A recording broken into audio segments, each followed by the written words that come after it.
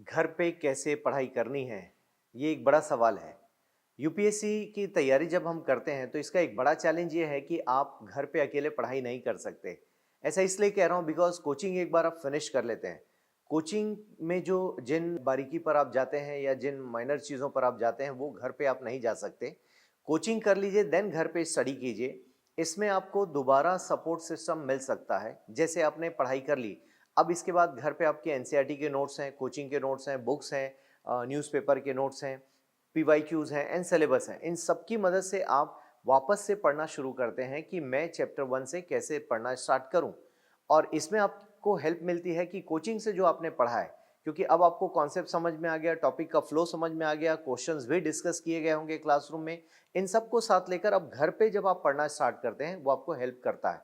और आप सोचें कि मैं घर से ही पढ़ना शुरू करूं बिना कोचिंग के, सो प्रॉब्लम ये आएगी कि यूपीएससी एक बड़ी दुनिया है। अब यूपीएससी काफ़ी कॉम्प्लेक्स हो चुकी है बिकॉज ऑफ कोचिंग, क्योंकि कोचिंग की दुनिया इतनी बढ़ चुकी है कि यूपीएससी ने अब क्वेश्चंस को और ज़्यादा कॉम्प्लेक्स कर दिया है। इसका मतलब ये हुआ कि अब कोचिंग की मदद के बिना आप उन कॉम्प्लेक्सिटीज़ को नहीं समझ पाएंगे।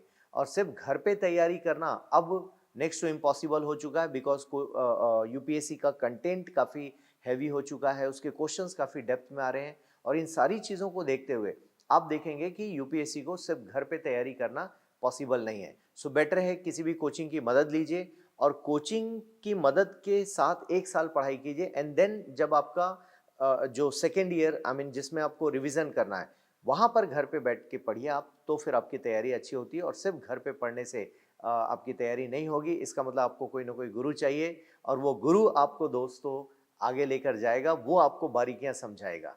सो घर पे पढ़ाई आप नहीं करें, पहले कोचिंग करें, फिर घर पे पढ़ाई करें।